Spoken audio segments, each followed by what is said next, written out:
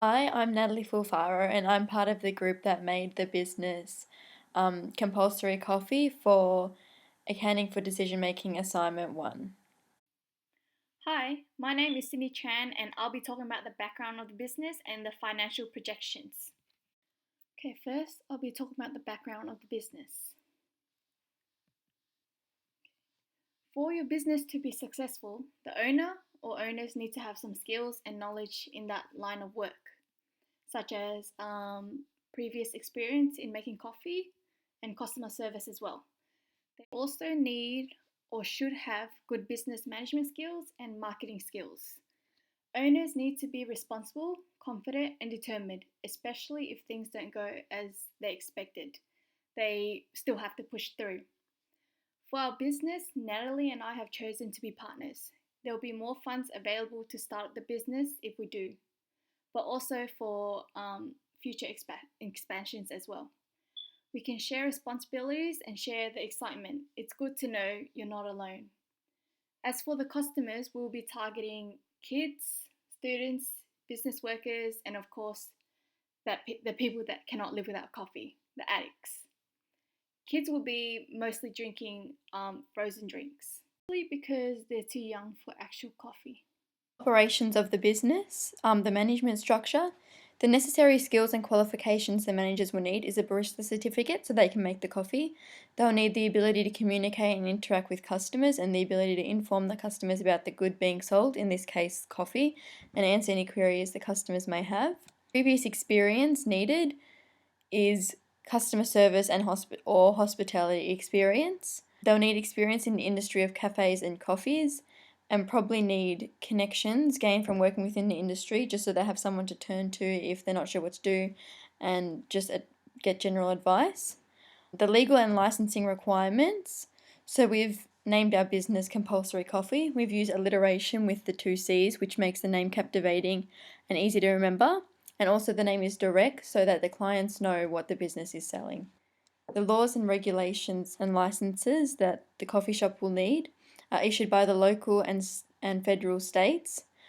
There's also health permits which are issued by the local health department, and these often come with regular inspections. They'll need a food handler's card, and they'll need to abide by the Food Act 2013, which is just about food health and safety and the framework of the food industry. So the staffing, there will be employees. Generally, there'll be approximately 2 on an average day, one to make the coffee, one to take orders. They'll also have to do other things like clean up, but the owners will be there to help. The skills and qualifications the employees will need is a barista certificate so they can make the coffee. They'll need previous experience in retail or hospitality so they know how to interact with clients and customers, and detailed knowledge of the coffee so they're able to answer any queries, and they'll need to be enthusiastic to set good morale in the business. Recruiting staff and their pay.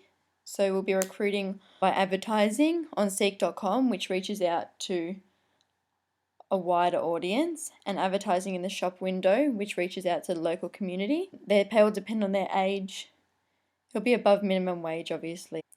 Professional advisors. So the outside advisors we'll need is legal advice, and they will help us with the lease, an accountant to help us manage funds and budgets, and an insurance broker to protect the business in case anything goes wrong. The equipment that will be needed is a computer system to take the orders, an espresso machine to make the coffee, espresso grinders to grind down the beans, a storage refrigerator, an ice maker, a freezer to keep the ice cream, which will also go in the iced coffees and ice mochas. They'll need a sink, a dishwasher, they'll need furniture for the clients to sit down, they'll need a phone, they'll need a radio so that the cafe isn't dead silent, and they'll need an EFTPOS machine to take payments.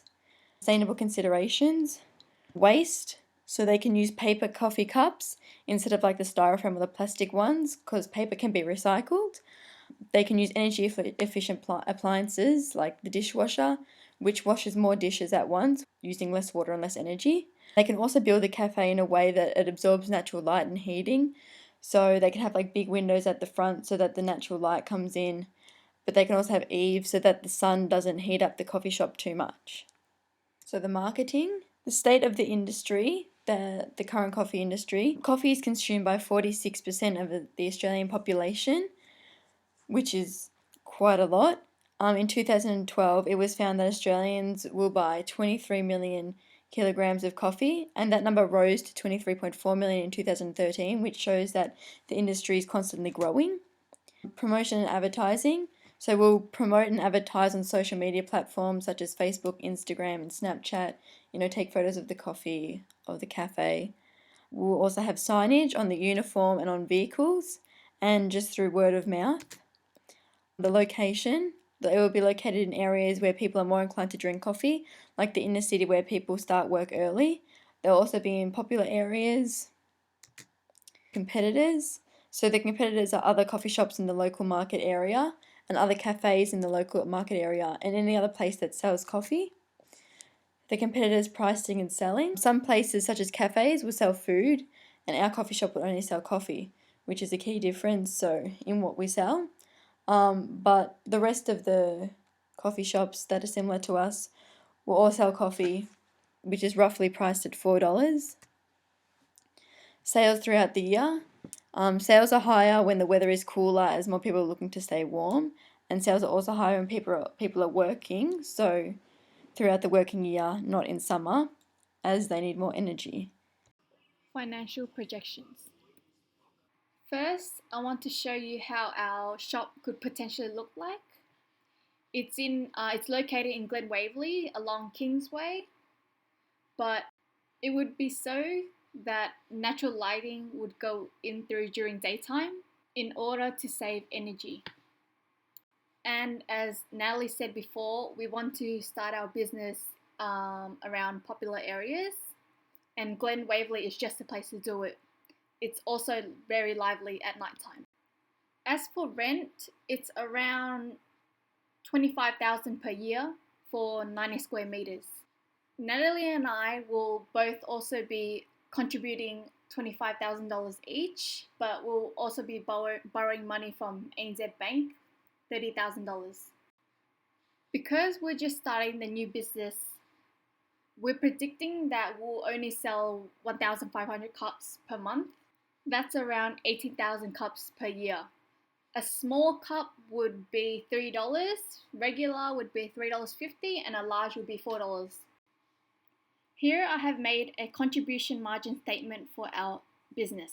It consists of the sales, variable costs, contribution margin, fixed costs, and profit for the month. I have also sketched a cost volume profit analysis. Here it shows you the sales line, the total cost line. The green line is a fixed cost line. That's the loss, profit area, and break-even point. As you can see on the graph, the break-even point in units is almost 900 units, and the break-even point in dollars is $3,000. The sales income is projected to be $5,250 a month. That's around $63,000 per year. And the cost of sales is projected to be $1,500 per month, and that's $18,000 per year.